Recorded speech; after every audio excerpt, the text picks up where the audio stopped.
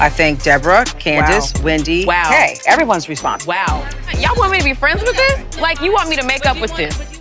Real Housewives of Potomac fans have had it up to here when it comes to Bravo, NBC Universal, production, and the cast of The Real Housewives of Potomac after they released a snippet from this final part of their reunion, where Gizelle says she believes everyone, Candiace, Deborah, Kiarna, and even Dr. Wendy, are at fault in regards to the brawl that happened during their G&A fashion show. And now Candiace is responding on social media, and we might have an idea, a better idea, as to why Candiace decided that this was it for her.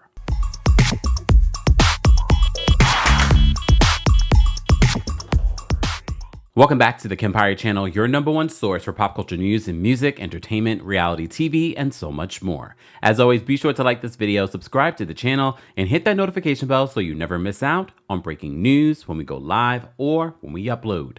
So we've been recapping the last couple of parts of the Real Housewives of Potomac Season 8 reunion. We even did a special after show with live call-ins, and I know a lot of you are saying, we need a town hall, we need a town hall. I will decide when we need a town hall. I normally don't do a video talking about a snippet from the reunion, but this snippet was so troubling that I had to talk about it. And the fact that Candiace is also talking about it. Literally, Candiace retweets the Peach Reports snippet of the this part of the reunion, and she says, "You all can literally have this. It's triggering. Good luck." So if you watched our recaps, I told you guys, when Gizelle told Candiace to get out and she was like, "I'm out," I took that as, damn, was that the moment that Candiace decided not to return to Real Housewives of Potomac? Well, a lot of people have been speculating, thinking that Candiace decided not to come back because she wants to have her baby now, or maybe she is actually pregnant. I don't know if I believe that, especially after watching the second part of this reunion and watching this snippet. I think Candiace decided to choose peace over a paycheck. My God, today. Ladies. And I know some people are like, oh, I don't know. Everyone thinks what they want to think about reality TV stars. But we also have to remember that Candiace, although she's been building her own career and things like that, she also has her own family money. She has her own stuff. It's not hard for me to believe that she would decide very much like what Monique Samuels decided, because she was also asked back, because the rumor is still out there that Monique Samuels decided that Monique Samuels was fired after season 5. She wasn't. They wanted her to come back. She decided not to come back because she chose her peace over a paycheck. But in this snippet, first of all, sidebar, I know Andy Cohen cannot wait for the Real Housewives of Potomac reunion to be over, because they have been dragging him since it started airing. And look, Andy, just as much as you can't wait for it to be over, so can the fans, because I think fans are literally triggered as well. But let me just break, because I took notes. Yes, for a minute and 30 seconds, I took notes because there were little things that I wanted to react to. So at the top of this snippet, Gizelle says she believes that Candiace, Dr. Wendy Asefo, Deborah, and Kiarna are responsible for this.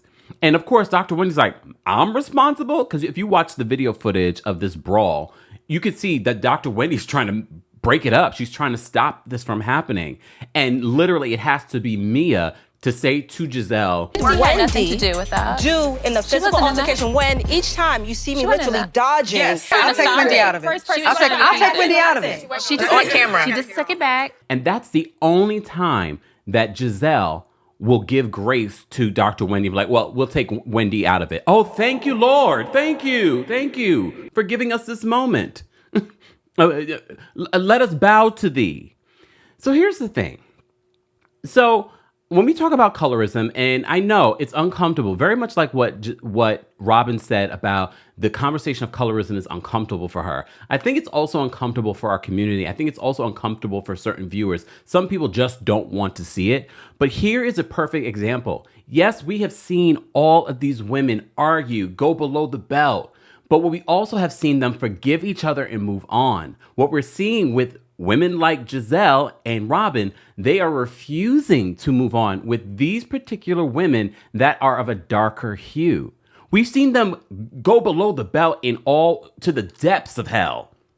with each other, with Karen, all the things that they've said to each other, but they have been able to move forward. They've been able to move forward. So what is it exactly that Candiace and Dr. Wendy Osefo have done to them that have not allowed them to move forward and refusing to move forward? The other thing, and I mentioned this before during our previous recap of this reunion, Gizelle, there are things deeply rooted in your history, in your family history, that you need to heal and deal with. And I'm not even talking about your relationship with Pastor Jamal Bryant.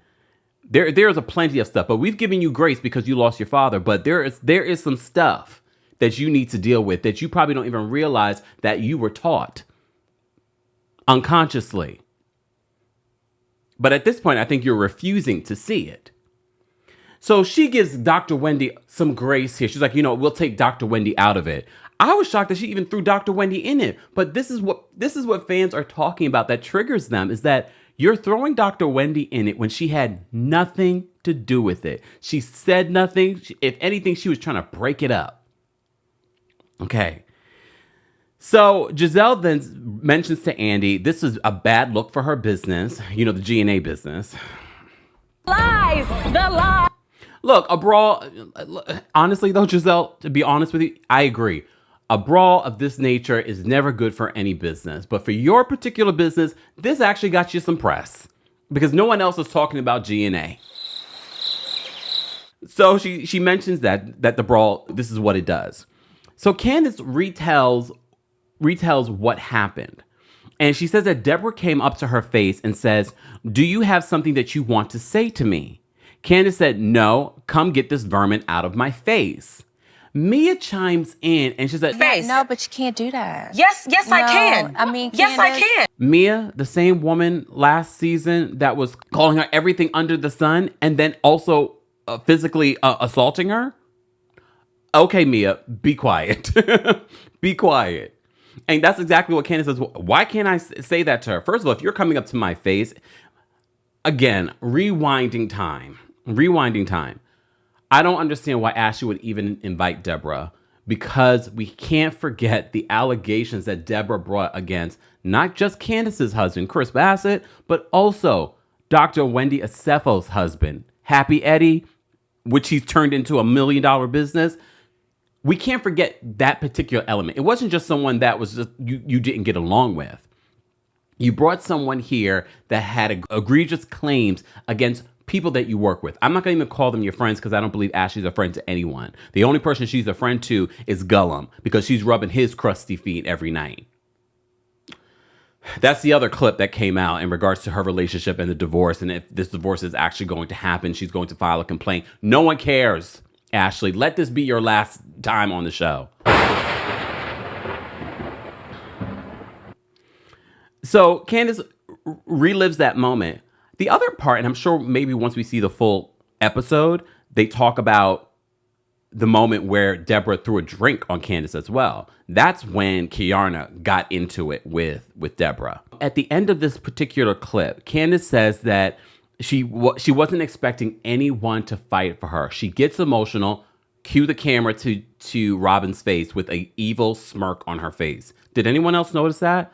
I was like, wow, none of you guys have empathy. I get it. You don't like certain people because of something that she said or did. Maybe she was challenging your job. Maybe she was throwing you on the bus on social media. But on no level, after having a friendship with these women, after filming with these women, after working with these women, there is no level of empathy at all. And that's what you need to dig into, Robin, in regards to why you're so uncomfortable. I get it. Racism and colorism is not an easy topic, but you refusing to even get an understanding. This is what Dr. Wendy was talking about. Let's remove the colorism aspect. And if we were talking about racism, wouldn't you want the other person that you're accusing of being racist to figure out, why do you see me that way? Why do you feel that way? Hence, again, we have another season of The Real Housewives of Potomac without the proper moderation of this conversation. Like, this cast needs real healing. And Andy Cohen is not equipped, and I would not expect him to be equipped. He is an executive producer. He's in entertainment. Okay? He's a fame whore. Look, Like that is his job. It's not his job to moderate these types of questions. A proper therapist is what they need. And I know what you're thinking. Oh no, that's too much. This is a form of entertainment. It's a form of entertainment that people are being paid for. This is a place of employment. Sidebar, because you know I have an HR background. But I know we have quite a few HR directors and managers that follow me. I want to hear your thoughts in regards to, after watching this clip, how you feel this should be handled. Because some people are saying that Candiace should sue Bravo for this. I'm not going to say that Candiace should sue. I don't think Candiace is going to sue.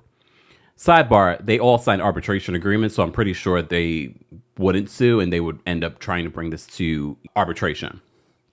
However, if I was friends with Candiace on this show or knew Candiace, I would have told her, and maybe she did, girl, you should be building a case. You should be taking notes. But here's the thing.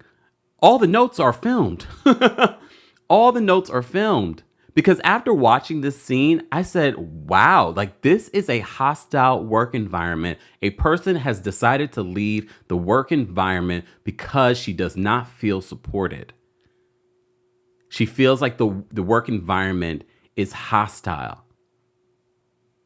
HR managers and directors, please feel free to weigh in your thoughts and perspectives on it. I could be wrong, but that was my first inclination watching this 1.5 minute clip from the Real Housewives of Potomac season 8 reunion.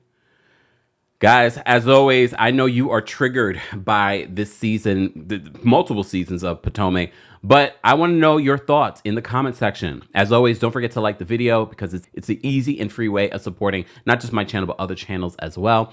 And don't forget to subscribe, turn on your notification bell. And as always, thank you so much for watching.